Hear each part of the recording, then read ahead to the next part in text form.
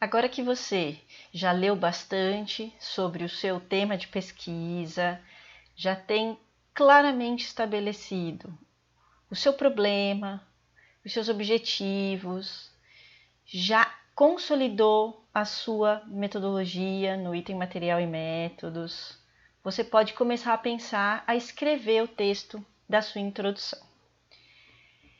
Como é que tem que ser um texto de uma introdução? Não existe padrão, né? Não existe um modelo único a ser seguido. Dependendo da área, dependendo do edital, por exemplo, vão pedir a introdução sendo um item separado da justificativa ou da revisão de literatura. Eu vou mostrar aqui para vocês o que eu considero que seja um texto, um bom texto de introdução para um projeto de pesquisa e o que não foge muito do que é um bom texto de introdução de um artigo científico, tá? Então, para mim, um bom texto de introdução de um projeto, ele, assim como o texto da introdução do artigo, ele deve ter um formato de funil, ou seja, ele vai começar do assunto mais geral e vai afunilando o assunto até ficar específico o suficiente para cair no objetivo da sua pesquisa. O seu texto da introdução deve relatar o estado atual do conhecimento sobre o assunto através da sua revisão de literatura, da sua revisão bibliográfica. Então, para mim, é inviável separar a introdução de revisão de literatura.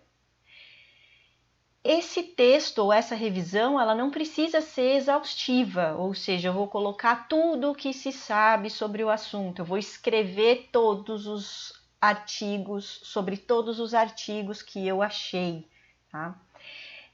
Ela tem que conter os antecedentes da literatura científica e informações ou resultados que justifiquem a sua pesquisa. Então, para mim, a justificativa não necessariamente é um item separado da introdução, porque você precisa da literatura para contextualizar a sua justificativa. A sua justificativa ela não pode ser baseada só no seu julgamento. Então, eu não vejo razão para separar a justificativa da introdução. Mas fique atento ao edital, para qual edital você está escrevendo, ou se para o curso que você está escrevendo eles trazem um modelo e pedem para separar essas questões em itens diferentes, tá?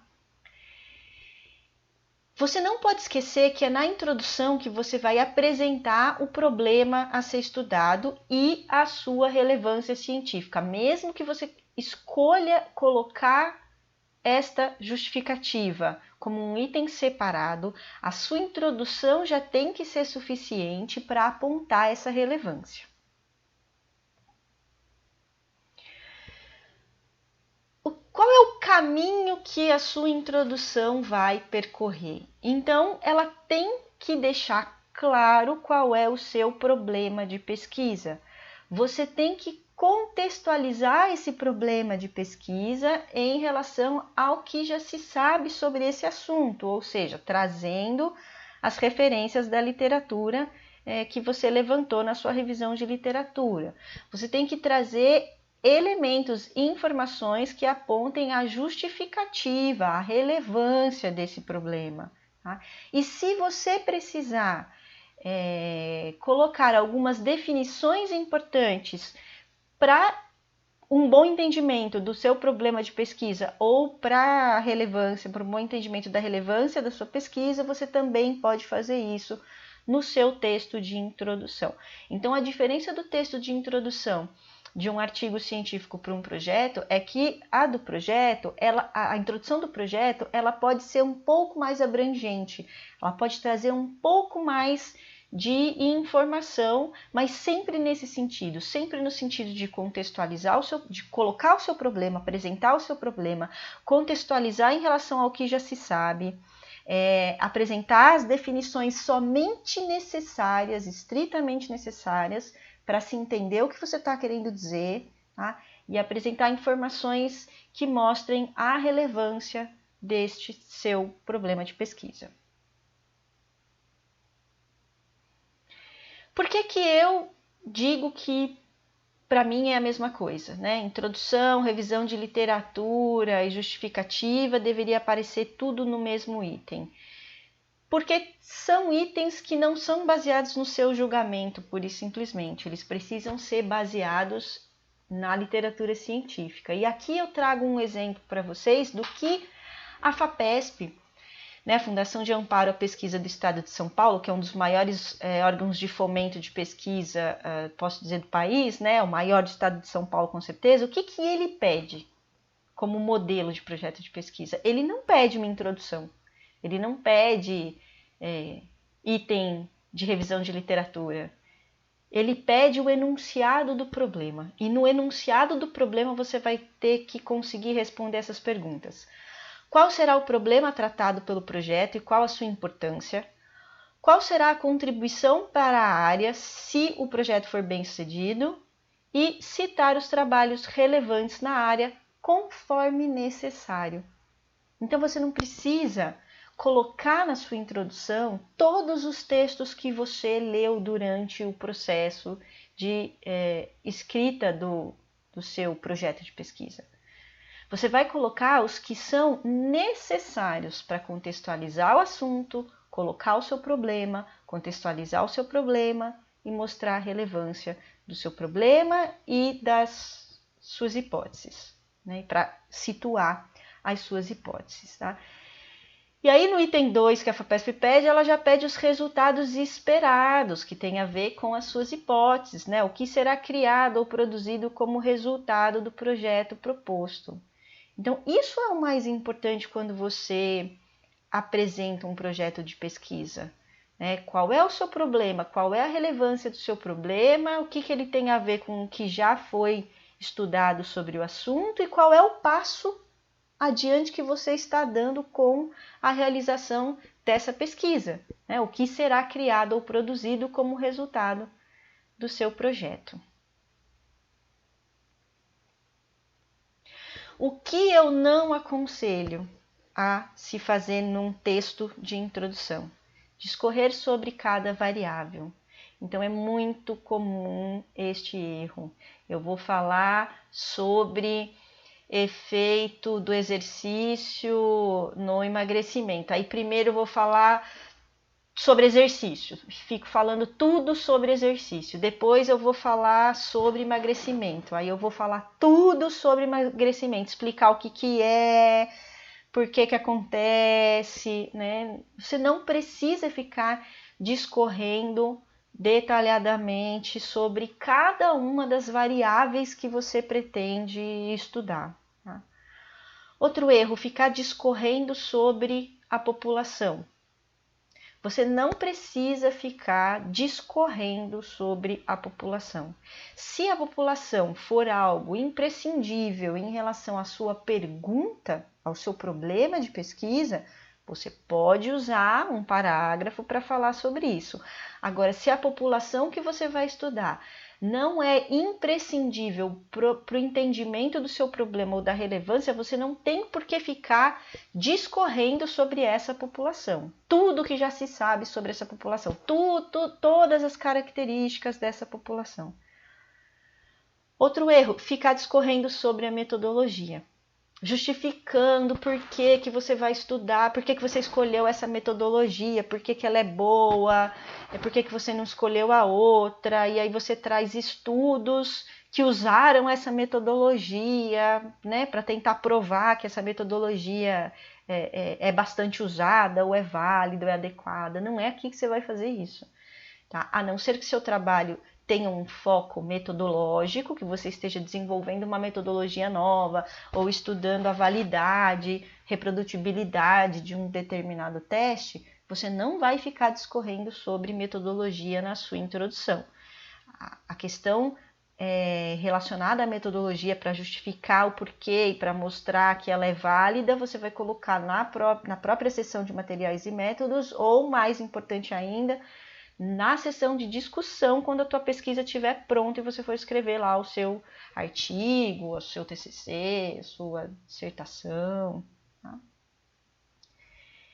E outro erro que é extremamente comum, principalmente para quem está começando, quem está escrevendo pela primeira vez, é listar o que os outros trabalhos fizeram. Então, você leu 10 artigos sobre o assunto e aí você vai listar esses 10 artigos na sua introdução.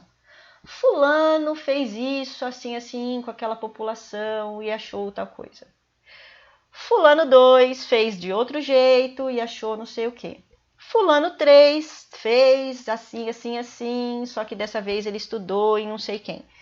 Isso é listar.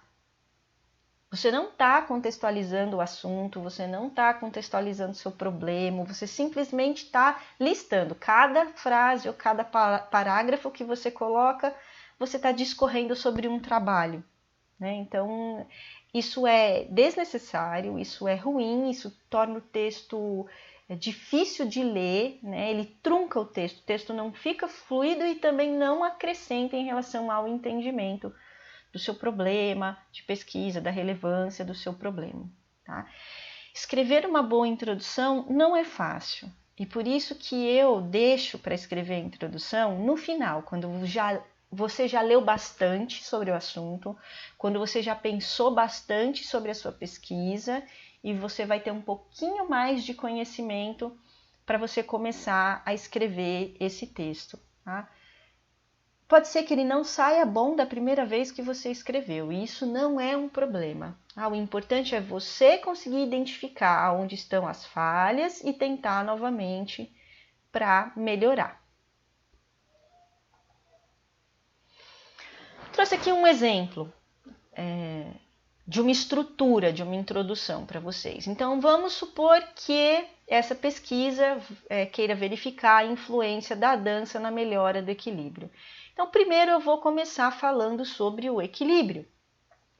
Então, eu vou discorrer sobre a importância de se estudar fatores que afetam o equilíbrio, porque é disso que eu vou falar na minha pesquisa. De um fator, que nesse caso é a dança, que vai interferir, que vai influenciar, que vai afetar o equilíbrio. Então, eu vou começar falando sobre a importância de se estudar fatores que afetam o equilíbrio. E quando eu faço isso, eu estou botando o foco da minha pesquisa no equilíbrio, porque eu comecei falando sobre o equilíbrio.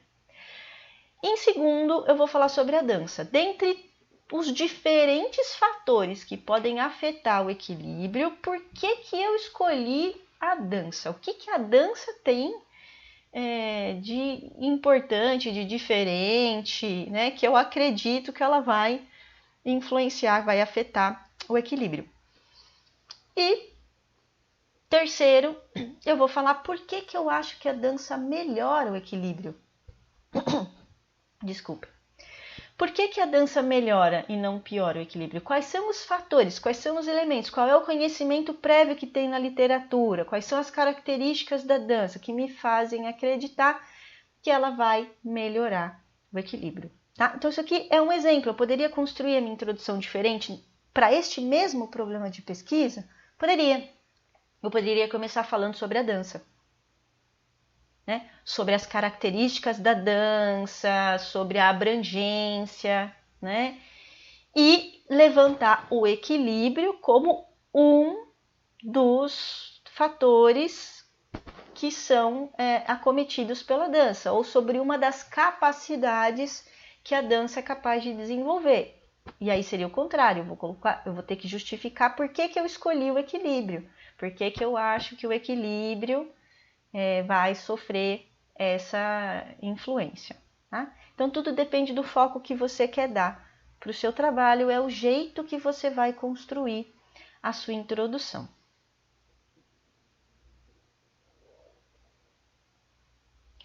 Uma dica antes de você começar a escrever o texto da sua introdução: faça um esqueleto dessa introdução.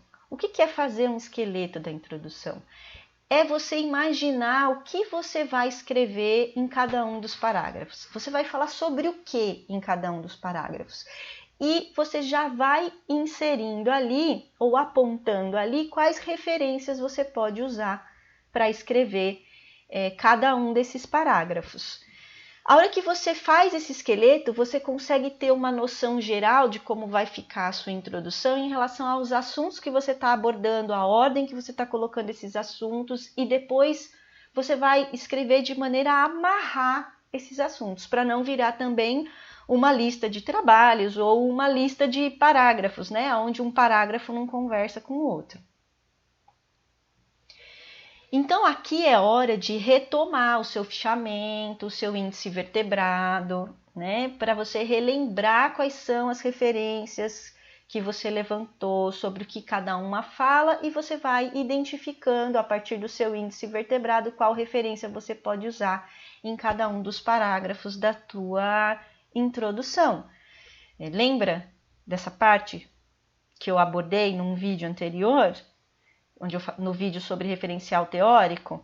Então, se você fez o fichamento, se você fez o seu esqueleto vertebrado, aqui o seu índice vertebrado, e você quer agora falar sobre equilíbrio, é só você procurar aqui nesse índice vertebrado quem foi que falou sobre a importância de se estudar o equilíbrio, ou que trouxe esses elementos sobre equilíbrio que você pode usar nesse seu primeiro parágrafo ou nessa sua primeira parte da introdução. Você vai lá na referência, você retoma o fichamento dessa referência, e se você achar que no fichamento ainda não tem as informações necessárias que você quer, você retoma o texto e lê o texto novamente.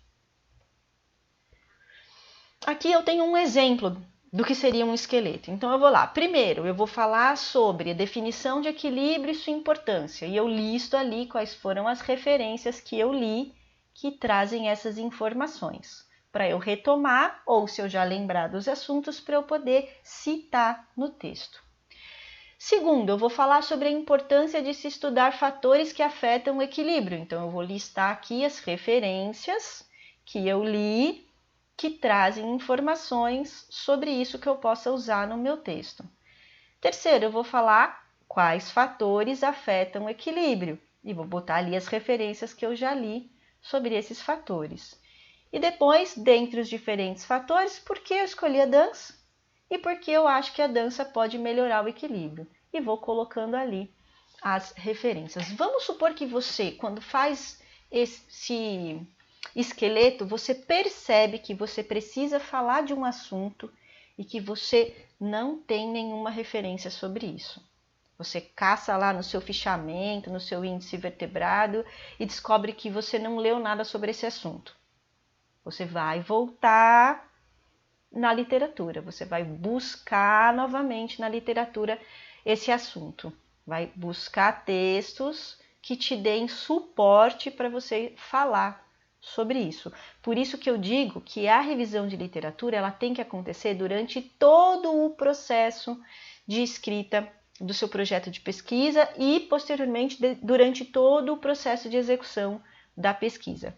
Primeiro, para você estar sempre se atualizando em relação ao que está sendo publicado sobre o assunto. Hoje em dia a velocidade de informações novas que surgem é muito grande, você tem que estar sempre atualizado. Segundo, porque você pode estar em algum momento perdido e precisando de assuntos que você acabou não estudando. Tá? Então, vai buscar novamente na literatura. Como verificar se a sua introdução está adequada, se o texto da sua introdução está adequado? Coloquei algumas perguntas aqui que você pode se fazer. Primeiro, o texto explica por que o estudo importa e contextualiza o seu problema de pesquisa? Então, não basta ficar falando sobre todos os trabalhos que você leu. Se isso não for escrito de uma maneira que explique por que o seu estudo importa e que contextualize o seu problema de pesquisa. Segundo, o seu problema de pesquisa e suas hipóteses estão claramente colocados? Se quem lê não conseguir identificar qual é o seu problema de pesquisa na sua introdução, ou não conseguir pelo menos ter uma ideia do seu problema de pesquisa e das suas hipóteses, é porque o seu texto não está bem elaborado, porque ele não está bem escrito, ou porque ele não traz informações suficientes para isso. Mesmo se você optar por escrever o seu problema de pesquisa num item separado, escrever a sua hipótese num item separado, O texto da sua introdução, ele já tem que trazer elementos que permitam o leitor a entender, a imaginar qual é o seu problema e quais são as suas hipóteses. O texto traz a literatura sobre o tópico de pesquisa e explica como o seu estudo se relaciona com as pesquisas anteriores.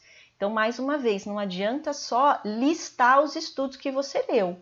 Você tem que relacionar o estudo que você quer fazer com os estudos que já foram feitos. As ideias estão descritas do geral para o específico. Essa é a forma de introdução que eu acho mais coerente, que o texto fica mais fluido e mais fácil de entender o que você quer fazer. Quando você começa de ideias mais gerais, onde você apresenta o tema de uma maneira mais geral, e conforme você vai escrevendo o texto, vai avançando nos parágrafos, você vai sendo cada vez mais específico até culminar no seu objetivo. Então, num artigo científico, por exemplo, uma boa introdução, ela é assim. A pessoa tem que descobrir qual é o teu objetivo antes de ler o seu objetivo. Se a sua introdução estiver bem escrita, a pessoa consegue identificar ou imaginar o que você quer fazer e por que você quer fazer antes de ler o objetivo. E eu acredito que num projeto, isso também é verdadeiro. Você pode estender um pouco mais o texto da introdução no projeto, não é necessário, tá? Mas você pode estender um pouco mais o texto da introdução de um projeto do que de um artigo. O artigo acaba sendo mais enxuto, mais pontual, né? Mas ainda assim, eu acredito que é bastante válido que o texto da introdução tenha essa característica. Cuidado com plágio, tá? E esse é um assunto bastante discutido hoje em dia com quem faz pesquisa, tá? Você sabe o que é plágio? Porque a gente escuta muito falar plágio, plágio, plágio. O que é o plágio especificamente? Muitas pessoas imaginam que o plágio é o Ctrl+C, Ctrl+V. Né? Isso é um tipo de plágio. O que é o Ctrl+C, Ctrl+V? Eu copio alguma coisa que alguém escreveu e coloco no meu texto como se fosse meu, como se fosse eu que tivesse dito. Tá? Então, o plágio ele é uma apropriação indevida de algo de outra pessoa. Mas o plágio não é simplesmente eu copiar o texto de uma pessoa. Isso é um tipo de plágio. Quando eu copio o texto de um outro artigo e coloco no meu texto, no meu projeto, como se fosse eu que tivesse escrito. Isso é um tipo de plágio. Mas o plágio também é apropriação de ideias, de descobertas. Né? Então, eu escrevo de uma maneira que dá a entender que aquela ideia foi minha, mas de verdade outra pessoa já fez isso, eu copiei essa ideia de algum outro trabalho. Muitas vezes as pessoas acabam cometendo plágio sem saber que estão cometendo plágio. Então, nem sempre o plágio acontece por maldade, eu quero roubar o que a outra pessoa fez. Algumas vezes acontece sim, mas algumas vezes não. O que eu tenho que fazer para eu garantir que eu não estou plagiando, já que eu tenho que escrever o texto da minha introdução baseado em outros trabalhos? Eu tenho que citar a fonte. Eu tenho que citar de onde eu tirei aquela informação. Se essa informação não saiu da sua cabeça, ou se saiu da sua cabeça, mas ela foi baseada em outro estudo ou outros estudos que você leu, você tem que citar esses estudos. Se você não citar, você está cometendo plágio. Tá? Ah, mas então eu não estou copiando o que o outro está fazendo? Não, você não está copiando. Você está contextualizando o seu problema, a sua pesquisa, o que você quer fazer. Tá? Então não esqueça nunca de citar. E aí, claro, tem aquelas regrinhas de formatação, que eu não vou entrar em detalhes aqui, mas só lembrando que eu posso fazer citação direta, quando eu copio exatamente o que está escrito no outro texto, e aí eu preciso colocar entre aspas, dependendo do número de linhas, tem uma formatação especial. Tá? Então, na dúvida, consulte as normas da ABNT, consulte um bibliotecário, uma bibliotecária. Tá? E existe a citação indireta, que é a mais comum, que é quando você escreve com as suas palavras aquilo que você leu. Tá? E não necessariamente você precisa escrever a sua introdução baseando cada frase em um texto que você leu. Às vezes você leu 2, 3 textos e você vai juntar o assunto que você leu nesses 2, 3 textos para escrever um parágrafo ou para escrever uma frase. Quem que você vai citar? Os 2, 3 textos que você leu quando você estava estudando e de onde você tirou as ideias que você usou para escrever esse parágrafo, tá? Você não precisa ficar citando o nome do autor no meio do parágrafo. Você pode deixar para citar tudo no final. Então, você não precisa escrever a tua introdução inteira assim. Segundo fulano, isso. No estudo de ciclano, isso. Você não precisa. Você pode escrever o assunto e no final, entre parênteses, colocar o nome do autor ou dos autores, né, dos textos que você usou para escrever aquelas ideias, tá? Então, isso não é plágio desde que você cite de onde você tirou essa informação.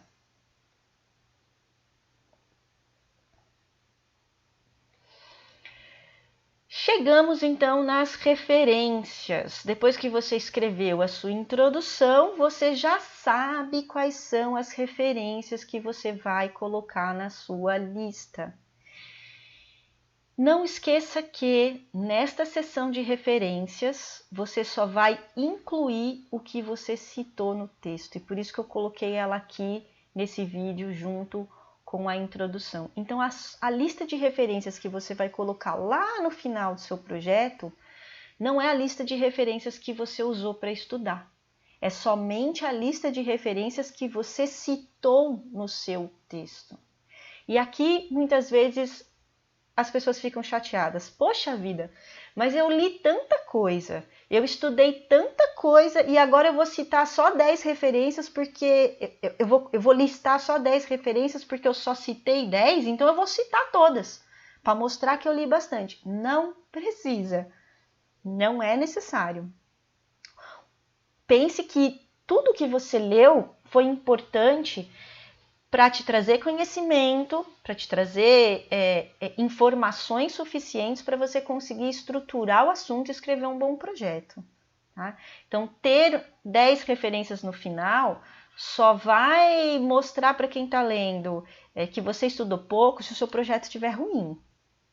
Agora, se o seu projeto estiver forte, coeso, bem escrito, se a sua introdução trouxer as informações suficientes, relevantes para contextualizar o assunto, contextualizar o teu problema de pesquisa, mostrar a relevância do teu problema de pesquisa, né, fazer entender as suas hipóteses e seus objetivos, ela é suficiente. Claro que você não pode esquecer de citar as referências mais importantes na sua área. Então, em determinadas áreas, existem referências que são clássicas naquele assunto, tá? E não usá-las, não citá-las, pode representar um problema às vezes. Por isso que você tem que estudar bastante, conhecer bastante a área que você está querendo entrar, está querendo se aprofundar, tá? Mas não se sinta mal de não colocar na lista de referências tudo o que você leu. Você vai colocar na lista de referências as referências que você citou no seu texto, tanto no seu texto da introdução, quanto no seu texto da metodologia, não se esqueça, tá? Que às vezes a gente usa na metodologia algumas citações para, por exemplo, falar sobre a validação de um método que eu estou usando, né? Ou para referenciar que você se baseou em outros estudos para pegar determinado instrumento, um questionário, por exemplo. Então, não esqueça de incluir na lista de referências também os estudos que você usou na sua seção de materiais e métodos, tá? E agora a gente pode voltar para o começo, né? Que é escrever o resumo e o título. E aqui, por que o título está aqui para o final? Porque o título, aqui para o final da nossa conversa, né? Imagina que vocês já pensaram no tema, no problema, já fizeram objetivo, hipótese, já escreveram toda a seção de materiais e métodos, escreveram toda a introdução, já falei de referência e agora que eu vou falar de título. Porque é só agora que você está pronto para pensar no título do seu projeto de pesquisa.